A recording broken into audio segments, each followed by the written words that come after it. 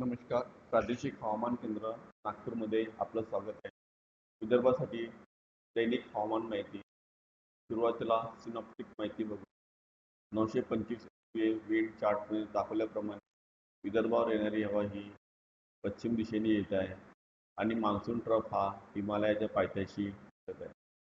तसंच chart number 2 मध्ये सुद्धा मान्सून ट्रफ हा हिमालयाच्या पायथ्याशी दिसत आहे आणि विदर्भावर येणारी हवा ही पश्चिम दिशेने त्यांनी दिसत. पुढील 3 दिवस हवामानाचा अंदाज.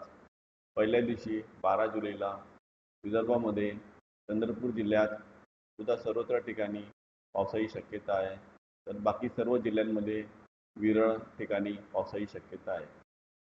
दुसऱ्या दिवशी 13 जुलैला विदर्भामध्ये नागपूर, भंडारा, गोंदिया, चंद्रपूर, गडचिरोली आणि यवतमाळ जिल्ह्यात बहुधा सर्वत्र ठिकाणी पावसाची शक्यता आहे, तर बुलढाणा, अकोला, अमरावती, वर्धा आणि वाशिम जिल्ह्यात विरळ ठिकाणी पावसाची शक्यता आहे. तिसऱ्या दिवशी 14 जुलैला विदर्भामध्ये वर्धा, नागपूर, भंडारा, गोंदिया, चंद्रपूर आणि गडचिरोली जिल्ह्यात सर्वत्र ठिकाणी पावसाची शक्यता आहे, तर बुलढाणा, अकोला, अमरावती, यवतमाळ आणि वाशिम जिल्ह्यात बहुधा सर्वत्र ठिकाणी पावसाची शक्यता आहे. पुढील 3 दिवस हवामानाचा इशारा. पहिल्या दिवशी 12 जुलैला विदर्भामध्ये नागपूर, भंडारा, गोंदिया, चंद्रपूर आणि गडचिरोली जिल्ह्यात विजांच्या कडकडाट होऊन पाऊस पडण्याची शक्यता आहे, तर बाकी जिल्ह्यांमध्ये कोणती पण सूचना देण्यात आलेली नाही. दुसऱ्या दिवशी 13 जुलैला विदर्भामध्ये अकोला, अमरावती,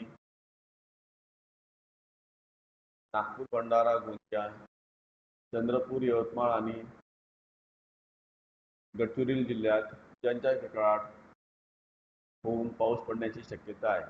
तिसऱ्या दिवशी 14 जुलैला विदर्भामध्ये चंद्रपूर, गडचिरोली जिल्ह्यात मुसळधार पावसाची शक्यता आहे, तर सर्व जिल्ह्यांमध्ये विजांच्या कडकडाट होऊन पाऊस पडण्याची शक्यता आहे.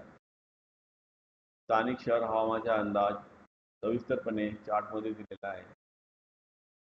कमाल तापमान. पुढील 5 दिवसात कमाल तापमानात कोणताही मोठा बदल होणार नाही. हवामान माहितीसाठी इंस्टाग्राम, ट्विटर, फेसबुक, यूट्यूबवर हवामान माहिती बघू शकता. धन्यवाद.